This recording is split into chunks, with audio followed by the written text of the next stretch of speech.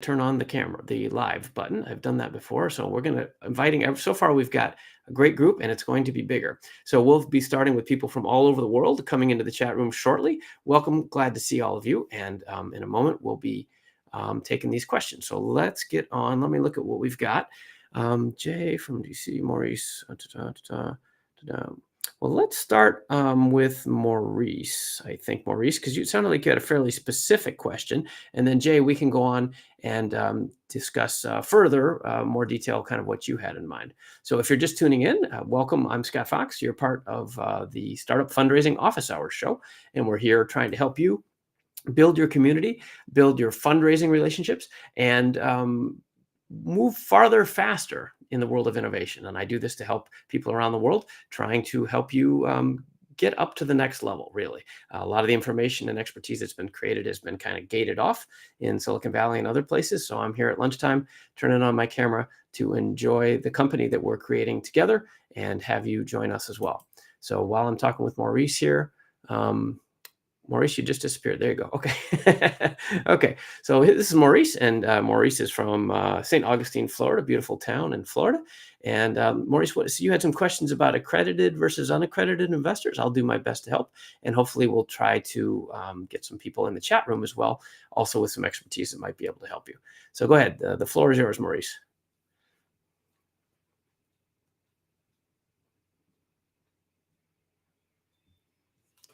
I think you need to unmute, my friend. Yeah. I just had, some general questions, nothing really specific.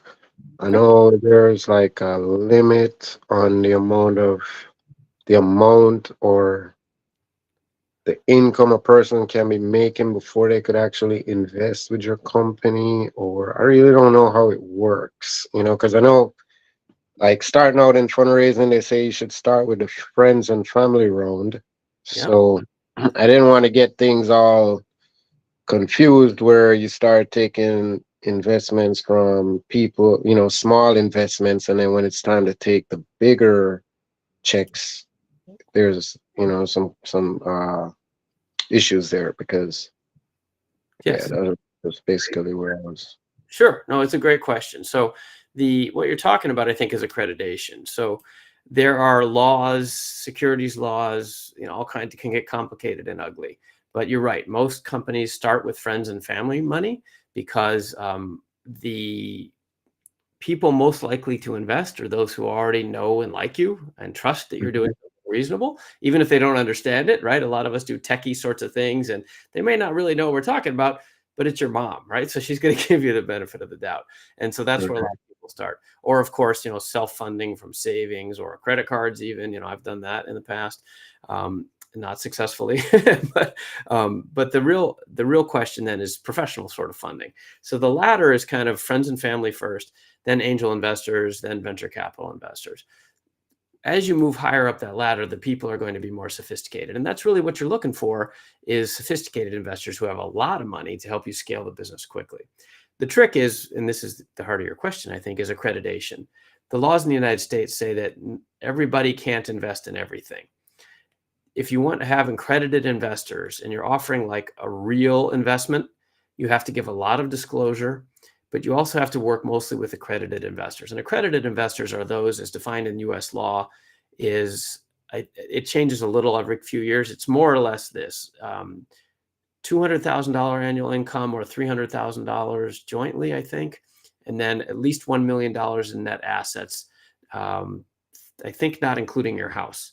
So you're talking about people who are not like the super, super rich, but they're people who have done pretty well or are doing well currently, and they have got some level of sophistication. Now, that's not really an accurate measure necessarily, because you can be a knucklehead and inherit a bunch of money and not know anything, right? Or you can be somebody who works really hard, like maybe in finance, and you really understand the space, but you're junior and you're young, and you only make a smaller amount of money. So the rules are not perfect. They're constantly under debate. The idea is that maybe there should at least be an exception for people who are, for example, finance professionals. They get this more than other people, even if they don't have a lot of assets built up. And then there are restrictions if you go out for crowdfunding type offerings or any sort of public offering. When you start marketing securities, the government is very concerned that you're promoting things that the people you're talking to may not be sophisticated enough to understand.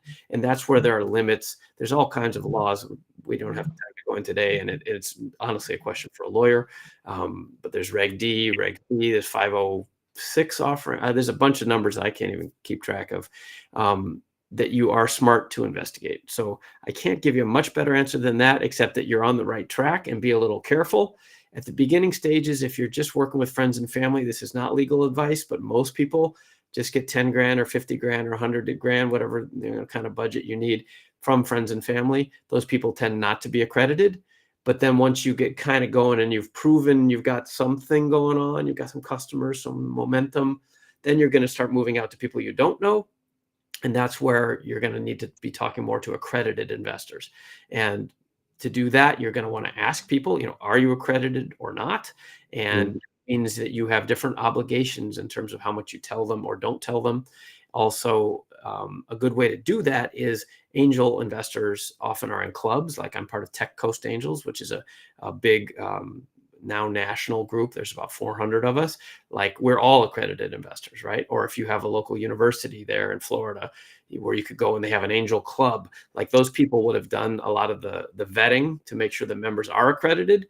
And that should be able to get you connected with people more quickly than individually interviewing people about their accreditation status. Because people are naturally a little guarded, right?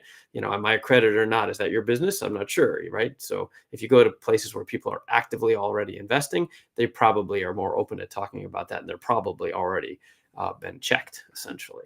So is that helpful? Does that give you the... Yeah. That kind of sums it up. That kind of gets at everything that I was concerned about.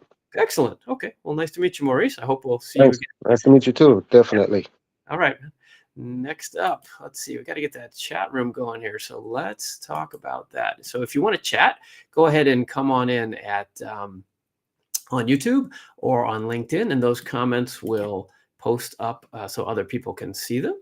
And then you all can start talking. Yale is here looking for some in the ed tech field. Excellent.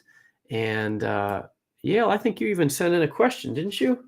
About, you're based in Gadara, Israel, right? And you're a doctor. You're being modest.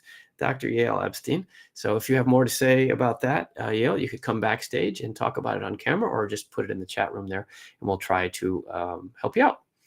So let's just talk about this a minute. And then we're going to bring on Jay next. And Jay is going to ask, I'm guessing, a little more, some broader questions about investors and finding investors. So am I on track, Jay? Is that kind of what you were thinking?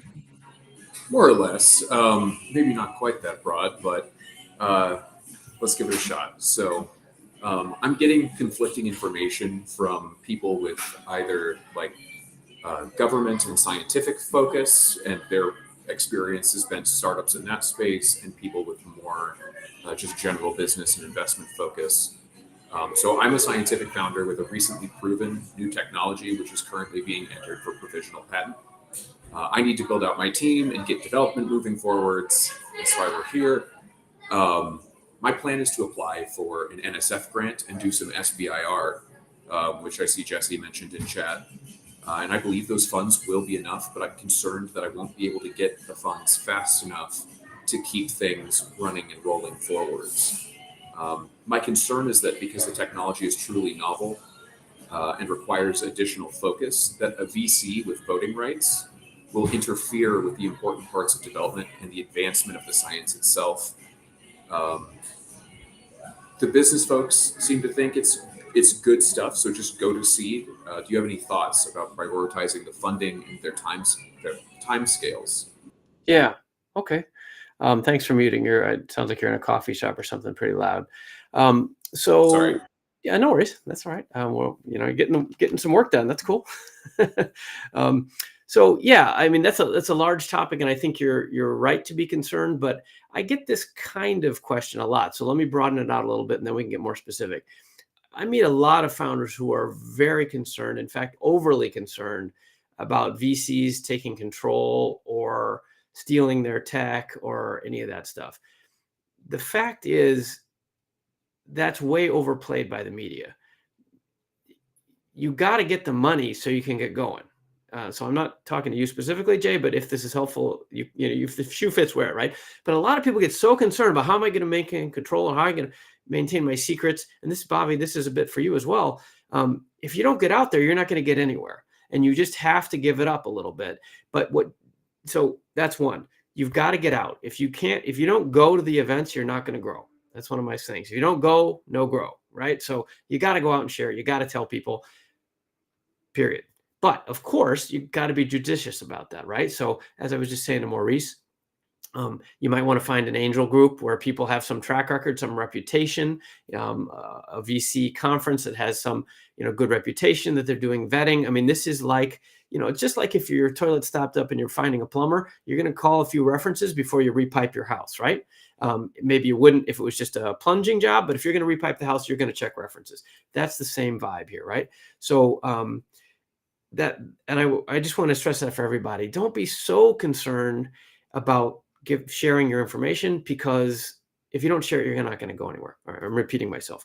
Okay, so if it's a truly novel technology, now you're in a different boat, Jay. That was the general topic, right? I'm glad to hear you're filing for patents. Of course, that's the number one thing we can do. Of course, as you know, once it's a trademark filing, patent filing, everybody can see it anyway. So there's this weird window of when you're going to commercialize, right? So, the clock has started.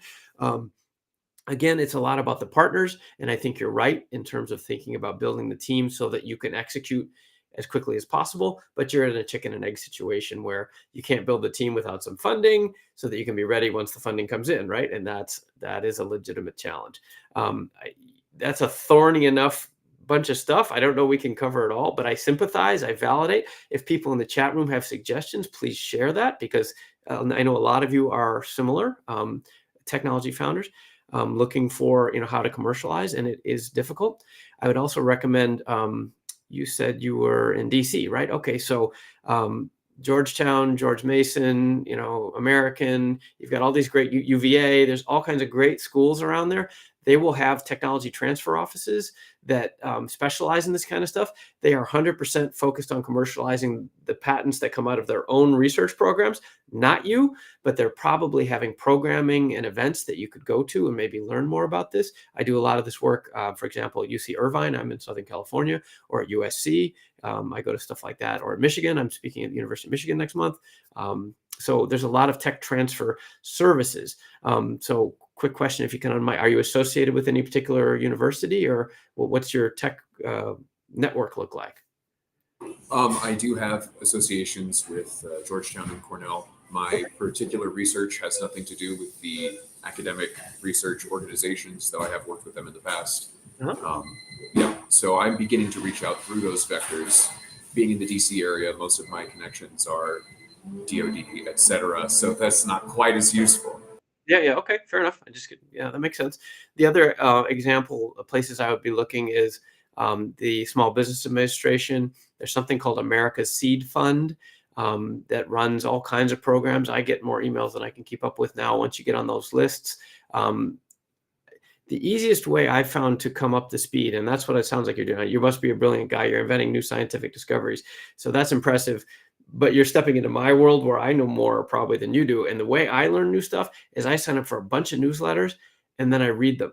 And it's like learning a language, right? You learn 5 new words a week, and in a year, you've got a basic vocabulary, right? And hopefully you can go faster than that, right? Go to some conferences, practice your vocabulary, just like you go to Spain, on a trip and you practice your vocabulary. It's the same kind of vibe. And it sounds like you're on that cusp as a good CEO. You've got the tech thing. Now you're moving into essentially coming over to the dark side, come over to my world, right? Like, so you got to meet the people and mingle and try to figure that out. I would say there are a lot of angel investors and consultants. Actually, those are 2 buckets, right? Angel investors want to help, consultants want to charge you. So you got to be careful. And sometimes they're the same thing. But people that know a lot about SBIR and SBA and DoD grants, that's a whole world. The SBDC, this is true for everybody listening who's in the United States. The Small Business Development Corporation is a U.S.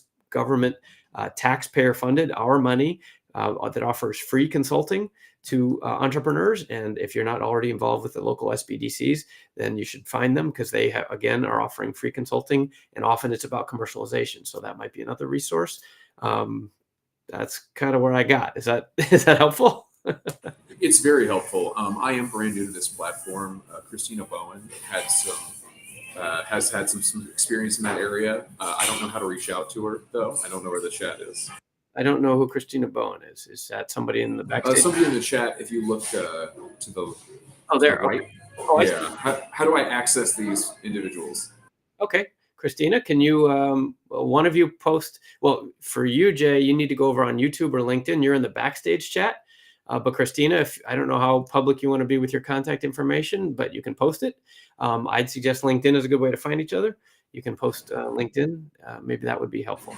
Will do. Thank you very much. All right. Yeah, nice to meet you, Jay. Oh, there you go. Christina at same. Thank you, Christina. Excellent. Nice to meet you, Jay. All right. Moving right along here.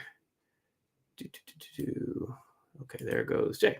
Okay, cool. So if you're just joining us, I'm Scott Fox, and you're welcome to our show. We do this once a month. I turn on my camera at lunchtime to help you get farther and faster with your startups. And this is true worldwide. So if you're coming in the chat room, looks like the chat room's filling up finally. I forgot to turn it on. My apologies. But please tell us where you're from. And if you have questions, you can put them in there.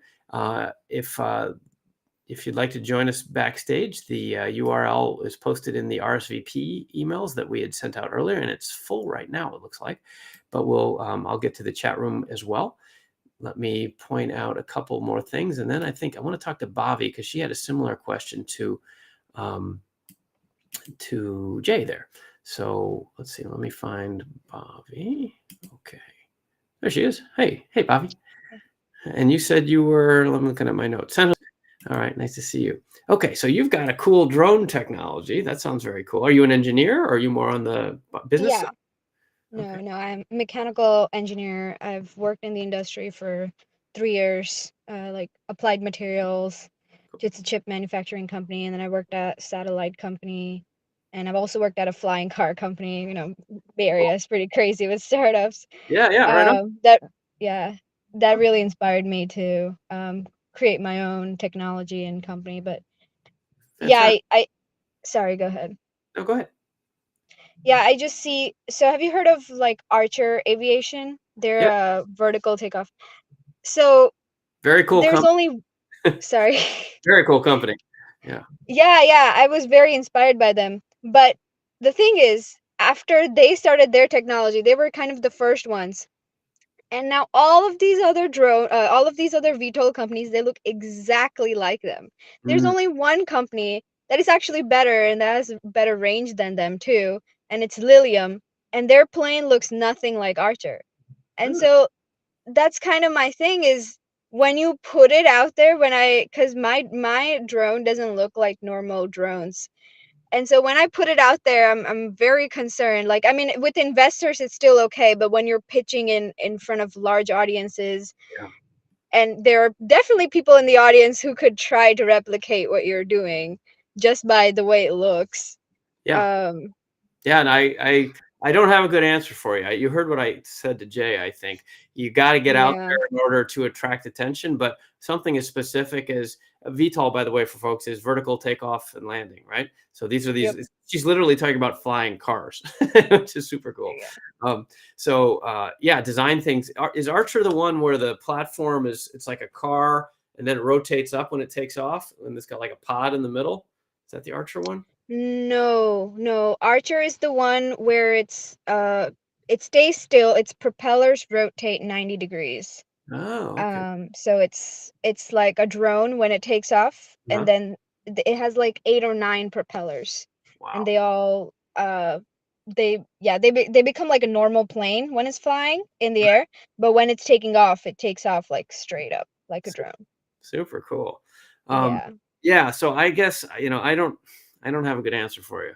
It's a chicken and egg, and you're smart, obviously. Yeah. You got to show them something enough to get them interested, right? The key thing, maybe this will be helpful when you're meeting with investors, and this applies to everybody, not just Bhavi.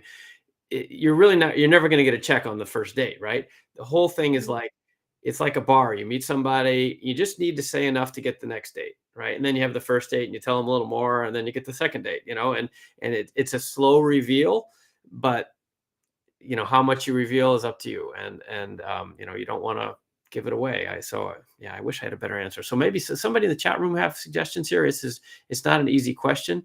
There's got to be. Do you have a good attorney? No, but I have other VCs that I'm talking to, and they said the same thing. Like, there's just no way around like Yeah. not showing your technology because you don't show it. They gave the same answer as you. It's like That's if you really don't show your technology, you're not gonna get funding. good. Um, I'm not crazy then. Good. no, no, no. I'm working closely with a couple other people, and they said the same thing. I guess the only thing I would do is be careful when I'm pitching in front of large audiences and not show the actual pictures, and Yeah. that's the It's only hard. way to go about it. Yeah, as you know, a picture's worth 1,000 words, and video is even more. So that is, Yeah. but I guess the other thing I would say, so two things. One, if you need good startup attorneys, I mean, you're in San Jose, so they're probably everywhere, but I can introduce you to people. That's one of the services Startup Council does. We work with a lot of people who really are startup attorneys, not like your brother-in-law who does divorces, and car accidents and then wants to help you, right? Like actual startup attorneys, if that Okay. would be helpful. And then the other one is, and you probably know this, but since we brought it up, I'll just tell everybody. One thing you don't want to do is ask investors to sign non-disclosure agreements, because that just shows that you don't know how this works. Real investors like VCs, we see so much stuff we can't sign non-disclosure agreements because it will just lead to a lawsuit that we didn't anticipate. Even when we're completely ethical, it just gets messy, right? So in your case, you have a very specific visual communicate. I mean, this visual will give away a lot of the pitch, right? So there might be a stage for you to sign an NDA, but it wouldn't be the first meeting is what I'm saying. It's like No, yeah. fourth Yeah, meeting. that's the other thing I've heard. It's bad faith to have a VC sign an NDA. Don't do it. Yeah.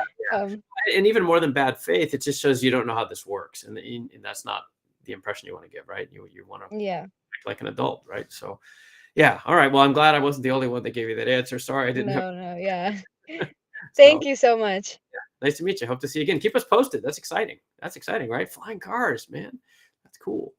Okay, so that was Bhavi, and we're moving along here. Let me take a couple of the questions from the chat room and see what's going on in our chat room. So let me just run back here. Let's see. So Christina, thank you for volunteering to help Jay. How do you join the video? Yeah, the backstage is already full, guys. So the way to join the video is next time to sign up early or be here early on the show, and I put up the URL. But we're just going to talk to the people who are here. I'm sorry, there's only so much time, but I'll be here again next month, and you can go over to startupcouncil.org and get on the newsletters, and we cover all kinds of stuff and offer all kinds of services that I think would be interesting to you. Okay, that looks like the only real question we've got backstage on the chat so far. So let's look at the backstage. Okay, Jay, great. Thanks for doing that. And okay, Jesse. Okay, so you're building a team in a rural area. Okay, that's interesting. Let's talk to, let's do a pitch. Hey, Henry. So where's Henry? Are you still here, Henry? Did you want to practice your pitch? Do you think you can do a 2-minute no slides version, or is that too different than what you had in mind? I think that'll be difficult for me not having practiced a 2-minute pitch, but I do have a question for you. Okay. So we have a no-code application builder to help businesses build application faster. Yes. I decided with the advent of AI and the impact it has on everything that we're doing, I should update my deck to show that we are active in that space.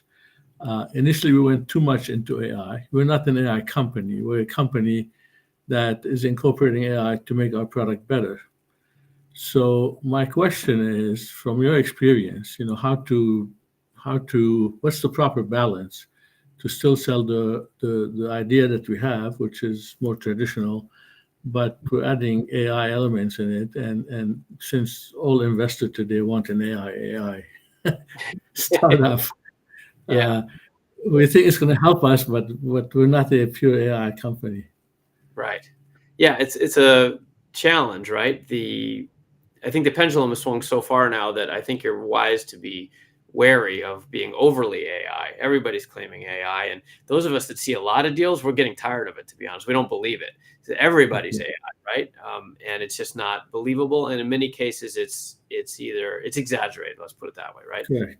I think you're wise to kind of dial it back a little, because as we all know, it's moving so fast. But a year ago, anything AI was amazing, and now it's getting more amazing. But we're also seeing the evolution of the market to realizing that AI isn't one thing; it's lots of things, right? So, are you building an agent? Are you building a large language model? Are you, what piece of this are you doing? Are you going vertical into some industry? Are you going horizontally? And kind of, you can create this whole chart or scatter plot, of like, where are you? So, I think if you can restrict or limit, as you were implying, I think I'm understanding what you're saying, what you're doing, so that it sounds, well, frankly, so it sounds reasonable.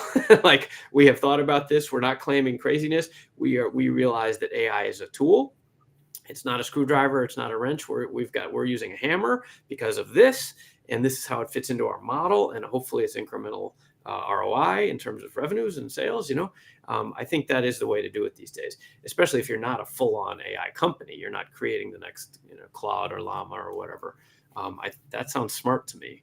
And that's what at least I, as an investor, would be interested in. Like, I'm interested in hearing, like, anybody that's building their own large language model, you got to raise billions, right? And it wasn't Elon Musk even talking about raising $1 trillion recently? I mean, some craziness. Like, so that's not realistic for an early stage company, right? So understanding how you're going to use it as a tool to accelerate and augment the capital that we're giving you, that's interesting to me. Yeah, that's okay. That's what I've done. Thank you for confirming. Yeah, is that okay? Good. We got the same answer. Okay. All right, awesome. Well, nice to see you, Henry. Thanks for joining us, and I'll see you somewhere nearby, I'm sure, again soon. Okay, let's try David. Oh, David's waving at me. What do you got, David? Can you hear me? Okay. I got one for you, and I've heard multiple versions of this. In putting your pitch deck together, right? How I've heard SaaS startups, right? I don't care about the fancy. Just give me the, what do you do, who you serve, the TAM, right? Projections, right? I don't care about things sliding in, or, I don't care about it. I'm probably looking at it in an airport anyway. And then I've heard the other is like, hey, it's the pitch deck for your company. It should be awesome, right? Yeah. You invest in having somebody do it for you, even, right? Yeah. So do you find one better, or is it just a personal thing? No, I think like most advice, the answer is somewhere in between. Okay. The reality is that it depends on who you're approaching, right? If you're approaching your mom, standards aren't as high. If you're approaching a group or a VC that does this a lot, like me, you better have it designed. A lot of engineers think it doesn't matter. It does matter. Sorry. And it doesn't matter because we care about design per se. It's because it shows that you are playing the game. And we need somebody who's going to play the game, because we're giving you our money and we want to know you know how to play the game, right? So the fact is, we get dozens, hundreds of pitches, and the ugly ones are not as impressive, right? We need to know that you have thought about this from all aspects. We're not funding. Nobody funds ideas anymore. So you being a brilliant, solopreneur, just not kind of a thing anymore, unfortunately, right? I wish it was, right? But there's so much competition. The barriers to starting businesses are so low that you need to bring your A game on all fronts. And that includes, I think, pitch deck design. I will balance that, of course, with the people that say you need that the most are the people selling those services, right?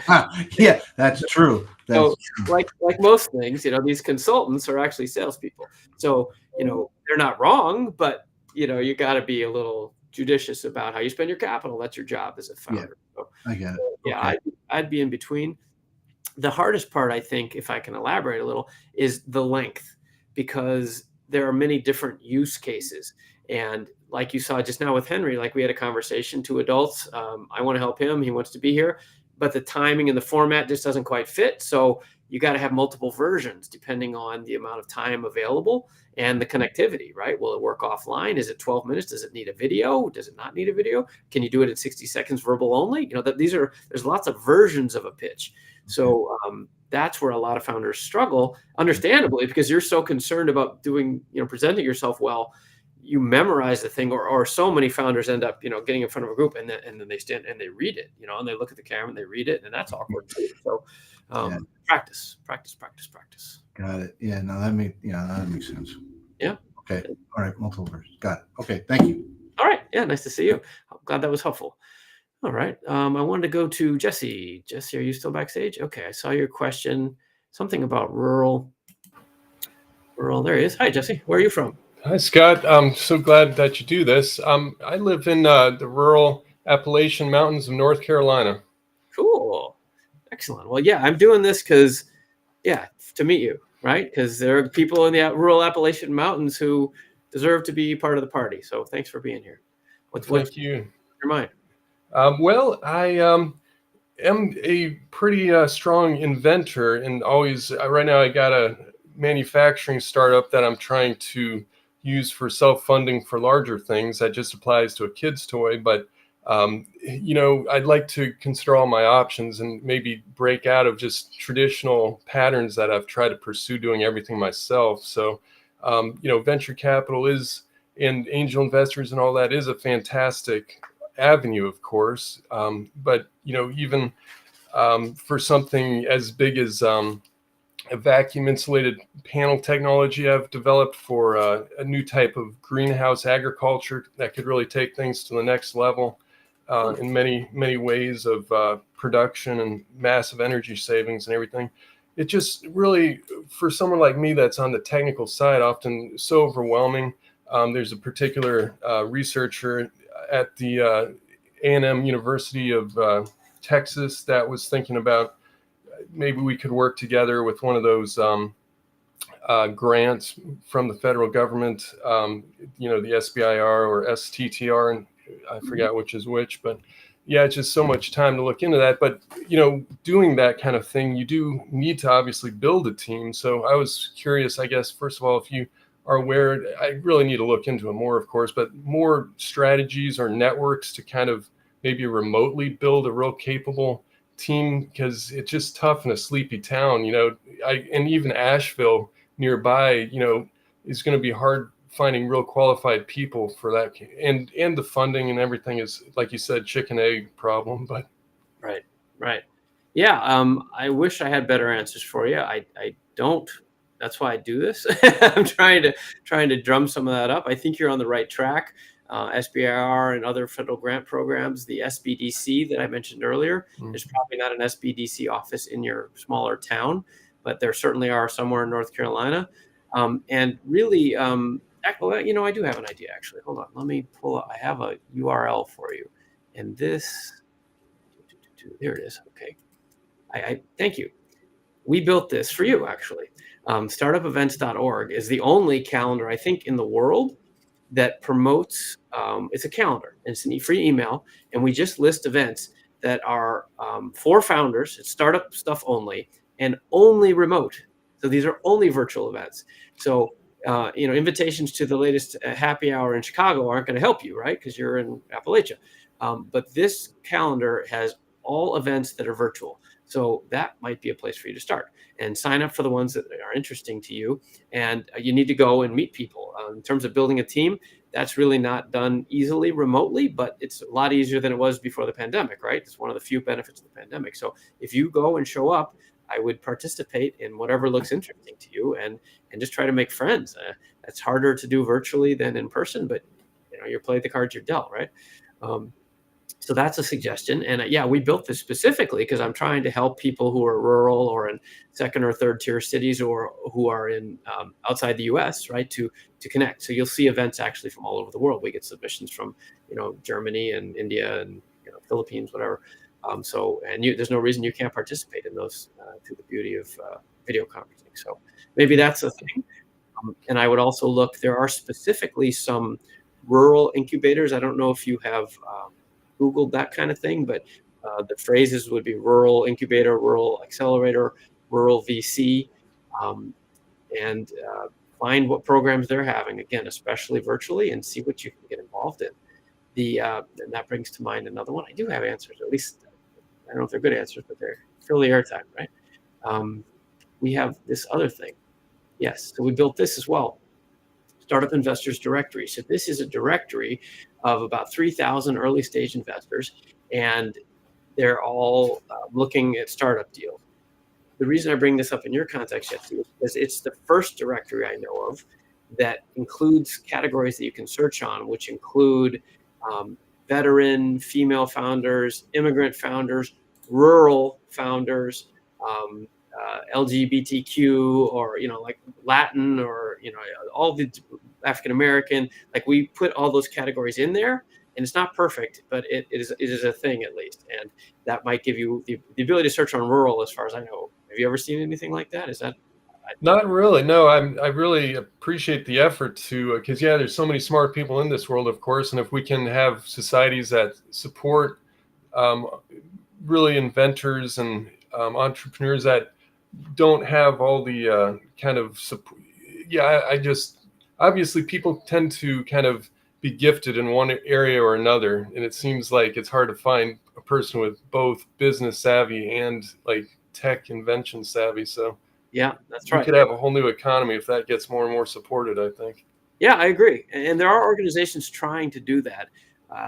Like I was telling someone else earlier, I think Maurice or somebody, or Jay, sign up for a bunch of newsletters and just click on their articles and get, like, the first level of newsletter is good, but then go to the events, get on those newsletter lists. And it's going to take you a while, but there are people that do this. And it's not my specialty. I'm doing what I can, but there are people that are specifically interested in rural founders. And there's a bunch of money coming that way too. President Biden's signed in a bunch of bills, and there's money coming your way. So the SBDC and the Small Business Administration in North Carolina, or your adjoining states, or wherever, or even just online, it's worth your time to look around. Oh, here's another good one. Challenge.gov. Challenge.gov is a government website. This is for everybody. Challenge.gov is a website that lists all kinds of challenges from the government. And these are opportunities. This would be good actually for Jay or for Bhavi as well. They list things like from the Department of Defense, or the Department of Agriculture, all kinds of stuff. And they're challenges. They say, like, whatever, we've got $50,000 for people who can invent this, or $100,000 program for this. And they're posting stuff constantly. And again, I don't know what's out there, needle in a haystack, but there's stuff. Since there are programs coming for rural founders, that's another thing to subscribe to. And just read the newsletter until you see something that's helpful. And I think that might, again, get you headed in the right direction. Fantastic. Thank you for the information and support. Yeah, you're welcome. Nice to meet you, Jesse. I hope to see you again. Keep us posted, and good luck. It's not easy building a startup anywhere, but try doing that out in the mountains, in Appalachia, right? That's good for him. That takes some guts. And that's why we're here. It's guts, right? Guts and grit will make this happen. All right. So I put up the URL there a second ago. Yale, if you wanted to come and pitch, I don't know if you're still here. But founderofficehours.com will get you backstage. And let me see. Let me review here the chat a little bit more. Okay.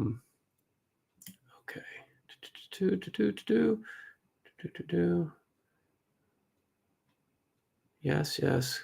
Okay, we took Jesse. Do investors in the U.S. invest in the edtech field? So Yale, yes, they do. I got your question earlier. Yale was one of the fancy people I really appreciate who emailed in beforehand. We have an RSVP box that really helps me prepare. So next time, if you want to join us again, please RSVP if you have a question, and I'll be try that much harder to get you on camera. She's actually the only one today who's backstage who did that. So thank you, Yale, and I'll get you on camera if we can. Excuse me a second. I'm going to mute. Okay, I'm back. So yes, do U.S. investors invest in edtech? Yes, I like this. I like this question because, John, sorry, I see you have to go. We'll see you next time. The question is a good one because there's a nuance to it. So do U.S. investors invest in edtech? Absolutely, of course. It's a field that needs disruption. However, that market has been saturated. And investors are very leery of it these days because there's been so many attempts and so many failures. It has been a market that I think, maybe like a lot of our education system, has not reached its potential. And I personally even have lost money in ed tech. There are so many good ideas and so many people that care that want to help, and yet the commercialization has not reached the audiences and led to the adoption and, most importantly, the revenues that support that space. That's a fancy way of saying investors are interested but scared. So I think you need to pitch and figure out exactly. I don't know enough about your company to give you more specifics than that, but I would really look hard at the competition, the competitors, and try to look back a little at failures, because so many things, these things have been tried and they just died. And a lot of us are just frustrated. And I'll give you some insight, hopefully that would be useful. Probably the most, well, there's a bunch of factors, I guess, but the most common problem is that ed tech, if it's a company that is selling to consumers, that's, like directly to parents, for example, or students, that's challenging because it's expensive, and anything more than zero is not ideal, because most people get public education for free. And even if they can't get a better version, they're happy with the free version. So it's really hard to convince people to pay for ed tech, consumers. On the B2B side, which is much more promising, because you have school districts and lots of federal and state and local money, big budgets, it's really hard because the sales cycles are really long. And a lot of companies die. There's this valley of death, right? You have all this enthusiasm and you raise some money and build a team and go. And then, oh, this is really hard. And we're running out of money and this is taking longer than we thought.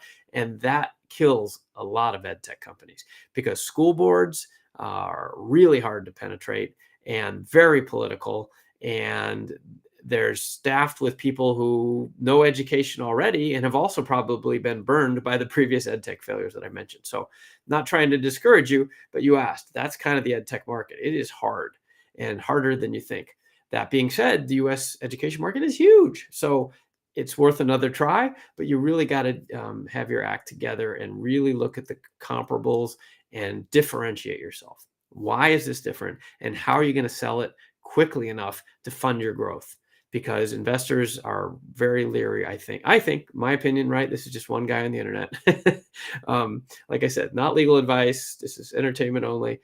But investors are scared of that space. So unless you can really differentiate yourself, you have a real secret sauce that is going to lead to growth, I think you can find money. But if it's unproven and it's not clear that the value proposition is attracting growth, it's going to be hard. So there you go. I hope that's helpful, and appreciate you guys being here. Let's see here. Okay, next up. So let's talk about, Jesse, you want to pitch? Jesse, will you come back and try that if you want? We got a few more minutes. And the founderofficehours.com was the URL. So let's try, let me ask she says thanks. Okay, yeah, you're welcome. Come on early next time and pitch as well. Happy to hear your pitch. Israeli startup scene is awesome, and happy to support that, and love to hear more about it. Right. So let me look at the chat room here and see what questions we can scoop up here. And Jesse, if you wanted to actually pitch live, we could do that as well. Founderofficehours.com. It's where you just were, but you got to go backstage because it looks like you left. All right, looking at these questions. When is a good time? Whoops, where'd that go? KN842 says, when is a good time to form your C Corp? Before or after starting work with a developer? Great question. So this is a common stumbling block, understandably, for early stage founders, which is, when do you start actually spending money, right? Isn't that what you're really asking? I've been there, I understand. A C Corp is a type of corporation, for those of you who don't know. It's a type of corporation as opposed to an S Corp or an LLC or a 501c3 like a nonprofit. A C Corp is what you want. If you're trying to raise money from investors, you need to have a C Corp, and it should be headquartered in Delaware. That's just how it works. Even if you're not in Delaware and have no plans of doing business in Delaware, they have a standard set of laws and corporate formation packages that investors like. It just makes the conversations easier. So Delaware C Corp. Before or after starting work with a developer? Well, that's up to you. And this is one of your early decisions as a founder. How and when are you going to spend the money? And are you really sure you are ready to do that? So the factual answer is sooner is better, but that's balanced against the cost and expense. you don't really need a corporation to do business in America. I get this question a lot from people who are outside the States. You don't need to be authorized or file something or get permission. America is full of people doing their own thing, and you're allowed to start businesses. Now, of course, in your local jurisdiction, you might need a business license from your town or something, especially if you're running a business out of your house. I'm not suggesting you violate any tax or licensing permit issues, right? What I am saying is you have a limited amount of time, energy, and money to get going, and you should focus on building the company rather than paperwork. So if I were in your shoes, I would talk to some customers, get that developer on board, build something that you can get reaction to see if anybody cares, right? That's the real challenge here. It isn't having good ideas. The challenge is finding other people who care and care enough to pay you. So if you have the choice between spending money and time on a corporation or on a developer, I would go with the developer every time, because then you might actually have something to build and to show and to get customer interest and maybe get some revenue and to prove whether incorporating was even worth the time and trouble. Now, that being said, if you need incorporation help, we have some great attorneys, as I mentioned earlier, happy to give you introductions. You can contact me through startupcouncil.org. We do it all day. Happy to help. But I would really focus on making shit happen. And that being said, one legal note, you should have that person sign something for real. You don't necessarily need to be incorporated. I mean, again, this is legal territory, so you should talk to a real lawyer. I'm just spitballing here, okay? But trying to help. What you do need before the corporation is you need a full intellectual property assignment. You need to make sure that you have in writing, let me say it again, in writing from the developer and anyone who is involved in your company, that they are transferring all rights and interests to any contributions they make to you. And that's you today, your company in the future, whether the name changes or not. It's all rights, title, and interest now and in the future for all successors. Some language like that. And real attorneys can sort that out for you. But that's where we see, as investors, we see a lot of people stumble. They got things going and they incorporated, but they don't have intellectual property assignment agreements from their staff. And that's where you can really get held up. Things are just going great. And then some guy who worked on your code for like 6 weeks, 3 years ago shows up and says, hey, remember me? I want 30% of the company. And that's going to kill your company, right? Investors don't want to be involved in that kind of nonsense, and you don't have 30% of the company to give away. So you need to get them to sign paperwork. And I would put that even higher on the list than incorporating. So yeah, good question. And I hope that was helpful. I don't know that I've heard anybody say that before. So, I'm going to write that down. You know what? Thank you. I'm going to put that in my next book. Let's see. IP assignments before incorporation. I don't know. I'll have to think about that. Like I said, I just kind of made that up, but it's worth thinking about, especially because you have limited budget, right? I mean, how many things you got to spend money on? Pain in the ass. Okay, we're going to bring Jesse on for a pitch here. He's going to do a couple-minute quick pitch, but Jesse, give me 1 second. I just want to catch up with the chat room a little bit. If you're still watching us today, the National Startups Directory is our sponsor. This is a service that we built at the Startup Council, and Startup Council is it's a directory. We built it for you so that people could list there and get more attention from investors. And you can do a quick blurb, or you can do the full thing and show your whole deck and everything. And there's a code on the screen for a free listing, and hopefully that is useful to you. Also did not mention, we have a LinkedIn group. That's going to be hard for anybody to type in, but yeah, it's linkedin.com/groups/143090441. They don't allow you to give pretty names to groups. So this is a group for all of us to keep in touch. And if you're watching on YouTube later and you want to promote your startup, go ahead, or you have follow-up questions, go ahead and post there on YouTube and I'll try to answer them, or somebody from my team will. And I'm happy to help you there. And while you're there, please like and subscribe, because that's the only way we get paid. It's just try to help you. But it's nice to know that somebody is paying attention. Let's see. Okay. So here comes our friend Jesse. So Jesse, you just met a minute ago, and he's back. There he is. Hey, Jesse. Okay. So if you'd like, let's hear your pitch. You should a minute or two, right? Just listen to it. And everybody in the chat, please listen to Jesse. And if you have questions or comments, really we won't have time to do a lot of questions, right? This isn't so much about his strategy. It's more about like, what did he say, or what should he say more of or less of, or that kind of thing. So just help him with the style. Business, I'm sure it's an amazing business, but let's help him with the pitching. That's the thing we have to do. All right, Jesse, how's that sound? Sounds great, Scott. Thank you so much. Sure. All right, go ahead.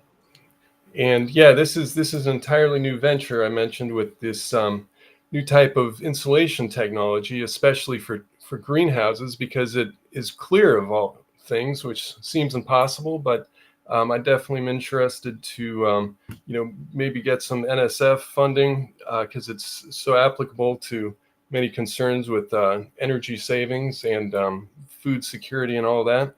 But I think I've read that NSF funding can further help secure venture capital, because that certainly reinforces the viability of the tech. But yeah, being a physical tech also, it's of course quite a challenge with the whole manufacturing side of things. I'm currently building a prototype greenhouse that demonstrates the feasibility of the tech, but of course scaling that up to mass production is a whole nother thing.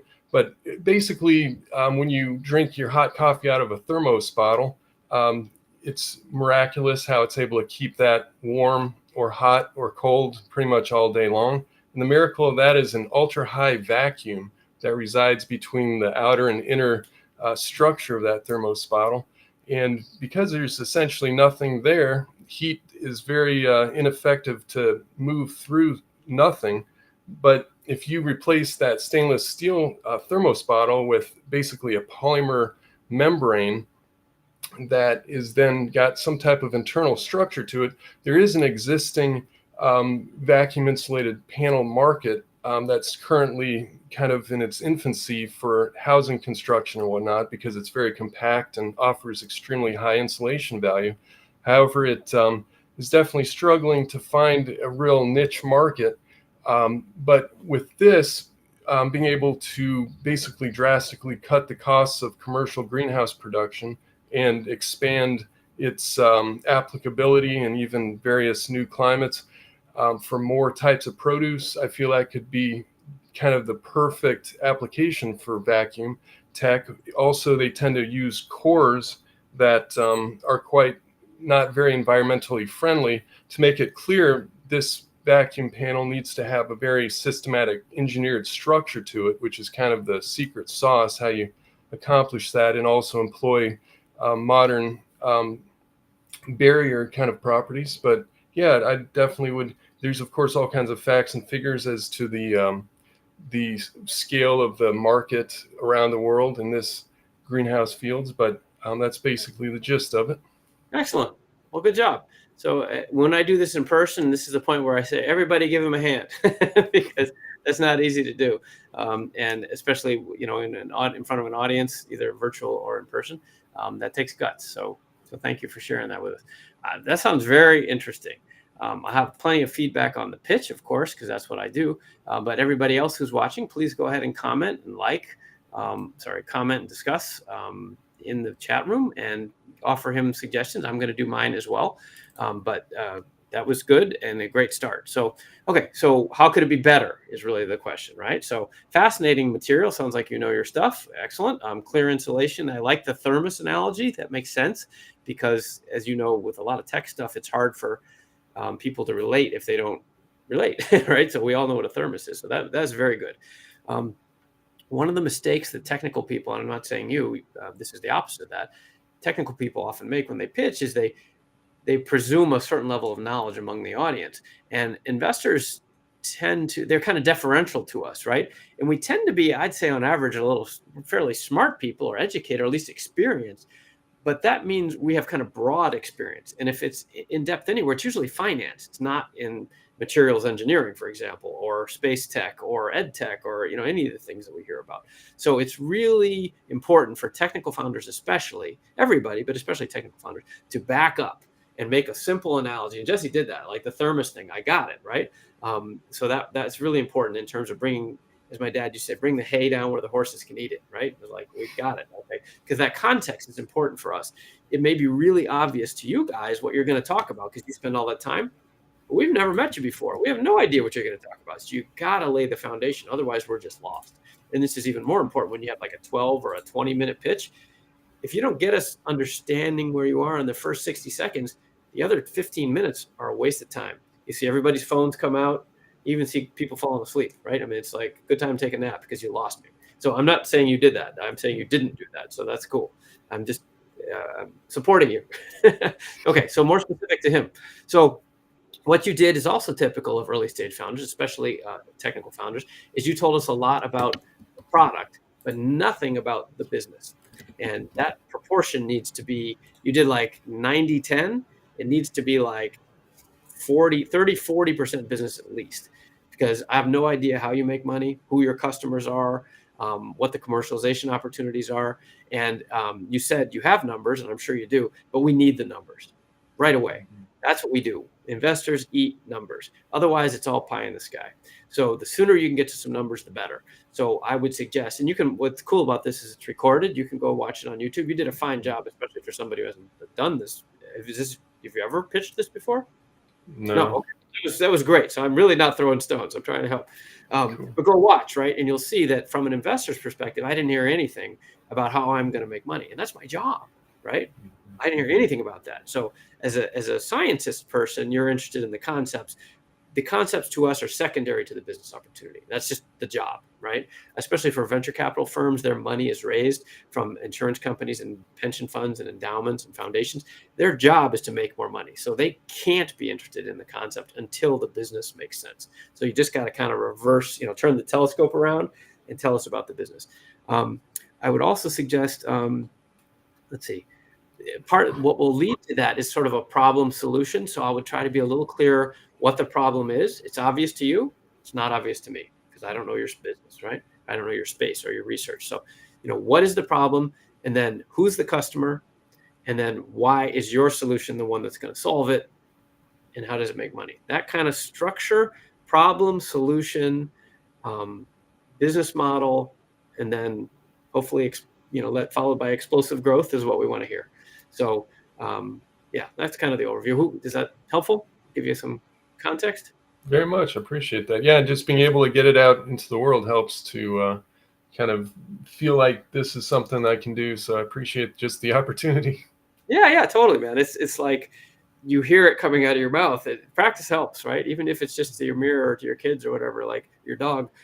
Hearing it, you're like, oh, I like the way I said that, or I didn't like the way I said that, and that's why pitch competitions are so important. And this is just pitch practice. Nobody's writing checks, but yeah, doing that with a little bit of pressure from knowing people are watching is absolutely critical. The fact that the actual awesome venture capital guy in out east or west, in Silicon Valley. That's not every day you get to do that.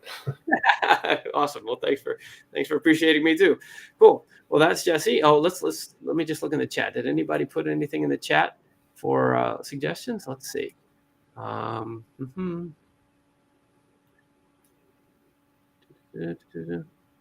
Christina says, interesting problem, interesting solution. Each one could be 1 to 2 sentences only. Yeah. Way too much detail, and you're pitching the product, not the business. That's what I said. Yeah. How can you pitch the business? Yep.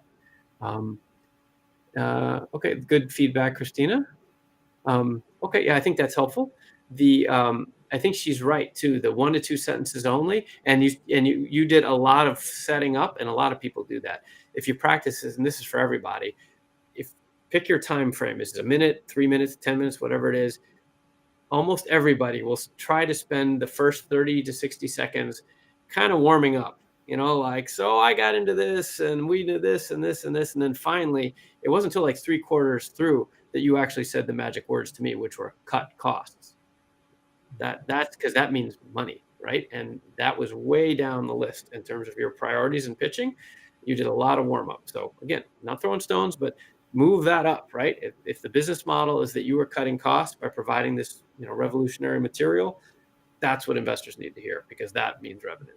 So, and that's what gets customers excited too, right? So that's the hard part these days. Ideas are cheap. It's the distribution and customer adoption that's hard. So, okay. Perspiration. There you go. Perspiration. Exactly. Great. Well, nice to meet you, Jesse. That was fun. And I think you're our first-time caller from rural Appalachia. So that's awesome to know that we're reaching people out off the coasts, inland, as it were. Okay. Jessica says, how often are y'all investing in startups that are not tech-based products? Well, the y'all is very general there. I represent several different groups and different opportunities. So I'm trying to speak for all investors, but I really don't. You're right. You caught me. I'm mostly a tech investor. Why? Because tech scales faster, right? You guys have seen it in our lifetimes, right? Social media explodes, AI explodes, Uber, right? Once it's software, it can be just recreated and spread across the globe so quickly compared to, say, a t-shirt shop or a restaurant or a car repair place or, any kind of traditional business or even service-based businesses, right? You might have a spa or you're a chiropractor or a dentist or something. Like, you need more bodies for that. Software, if you figure it out, boom, instantly available worldwide on the internet. So yeah, tech is the sweet spot. Most angel investors, not venture capitalists, but angel investors like me, we're fairly agnostic, meaning we're just kind of looking for interesting opportunities. And I'll give you some insight, actually. We're looking for opportunities where we can make money, because that's what the money's for. We're trying to make more money with the money.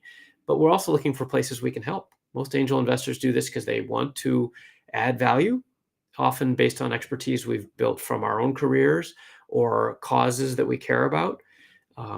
So if you have a mix of that, angel investors are probably the way to go. VCs, on the other hand, are very different. Like I was saying earlier, they tend to have their money not given, but invested in them by big institutions. But that's based on a thesis. Every venture capital firm will have a thesis, and it's usually on their website or at startupinvestorsdirectory.com. This thing I was telling you about, their thesis will be on the page, right? We've made sure that that's there, and it will say, we invest in late stage aerospace companies, or we invest in women founders at the seed stage, or whatever it is, right? They'll have a specific mission, and that thesis is important for you to pay attention to, because it's a waste of your time and theirs if you're pitching your seed stage cosmetics company to a late stage aerospace firm, right? It's just, you're not going to mix, right? So research is the number one thing that I recommend. That's why we built this, was to try to put in one place a bunch of early stage investors in one place, and you can actually see what their portfolios are, so you can see other things that they've invested in. And that is really critical, because if you're going to reach out to them and you don't know them already, you need to have something in common. And a good one is, oh, I see that you invested in this company. Well, my company's the next one of those, and we're going to be huge, right? You can at least have something to go on. And I would recommend also, of course, checking them out on LinkedIn and personalize. Don't be creepy and don't stalk them, but be as helpful and friendly as you can to personalize it, because we get flooded with stuff and we can't answer everything. So, all right. So I think we're nearing the end of our time together today. This has been really cool, and I'm glad you guys are here. And let's see, one more. Let's just press the Can's got some good questions. If pre-seed investors, how to best structure a deal or loan? Well, that's up to you. This is a good place to do a lot of reading online, or to come back to our office hours. Happy to talk more about that. There's plenty of videos, and a lot of attorneys have blogs about this. I could introduce you to attorneys, as I mentioned. Most pre-seed deals, and pre-seed means there's no company really yet. It's still kind of an idea. This is the first money in, usually the first check. Most pre-seed deals are done friends and family. And like you said, they could be a loan, totally legit. That's honestly the way the world really works. In tech circles, in the startup world, we don't talk about loans much, but honestly, debt is the way the world works, and has for millennia, right? Venture capital is a fairly new invention, and it only applies to a vanishingly small percentage of companies that actually raise multiple rounds of venture capital and go public and become a Facebook, right? That's a tiny amount of the world, but it's the one that spins off lots of millionaires and gets everybody excited. That's why it's in the media all the time. But you need to kind of understand the difference between those, because again, they're tools. One's a screwdriver, one's a wrench. Both are important, but at different times. So loans are usually given once you have some revenue already. But if this is a pre-seed, you could have friends and family give you a loan just based on the potential. And that's lovely, of course, fantastic. More often, if you're getting actual investors like me, or the Tech Coast Angels, or the Thai Global Angels, or the Stanford Angels that I run here in Orange County, California, we look at actual quote unquote real investments. And that these days is usually done at the pre-seed stage in what's called a SAFE note. SAFE stands for Simple Agreement for Future Equity. You can Google that, SAFE note. And a SAFE note is kind of an agreement to it. You actually invest, but you didn't figure out the price until the company gets going. So for example, your company, you're raising some money. Me and my friends were really interested. So we're going to put in, say, $50,000. We'll sign a SAFE note. It's only a 2 or 3 page document that basically says, you've got this happening. We're going to own a small piece of it, $50,000 worth, but we're not sure how much of the company that is until you hit some milestones in terms of whatever is appropriate, building a team, building a prototype, signing some customers, generating revenue. You kind of agree on, like, at some point, this is going to get better. And at that point, real investors are going to come in, like a VC firm, and they will set a price, which we call a valuation.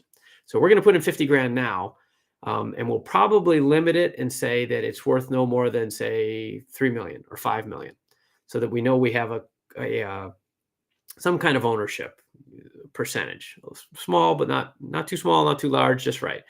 But when another company comes in, real investors come in and they say, okay, we're going to put real money in, the company's doing well, we're going to put in whatever, $2 million, and we think the company's worth 8.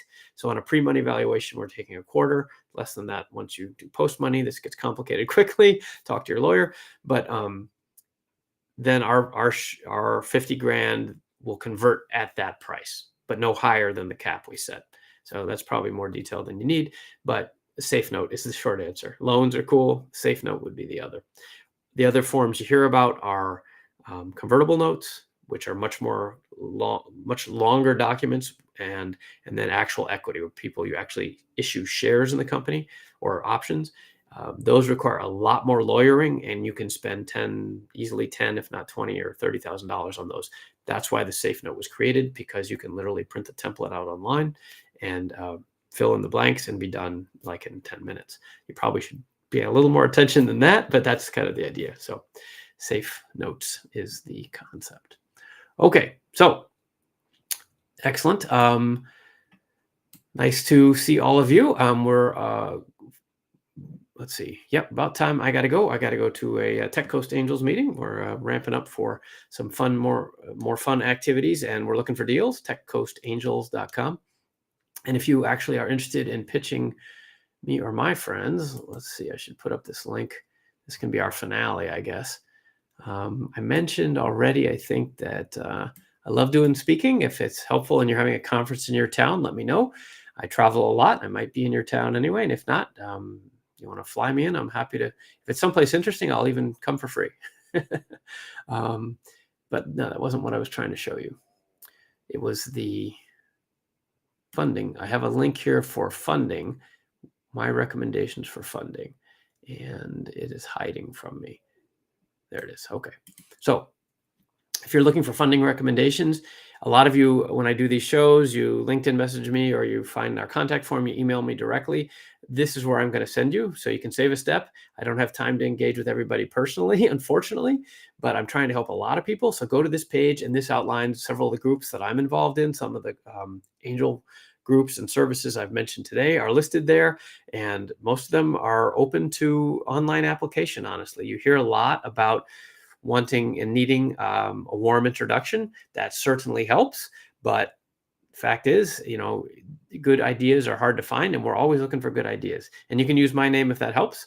Don't pretend we're like best friends, but just say that you're on startup office hours, or that you participate in Startup Council events, and that may help a little bit, and happy to help if we can.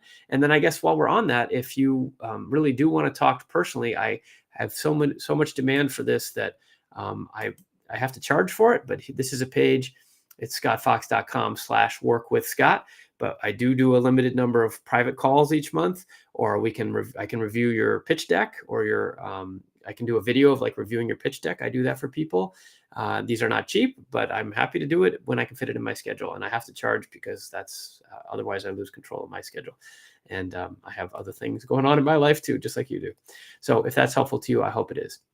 So I'm Scott Fox. Thank you for tuning in. You've been watching Startup Office Hours. We do this every month. So if you're watching the replay, go ahead and stick in a comment and a question. Of course, likes and shares and subscribes are always appreciated as well. And if you haven't joined the Startup Council yet, please join us over at startupcouncil.org. It's this URL right here behind me. And this is a bunch of services that we've built specifically to help you. So thanks for being here. Please tell your friends and go sign up on email lists over there so we can keep in touch, and always open to your feedback. Thanks for watching, listening, and tell your friends. Hope to see you again next month. Bye-bye now.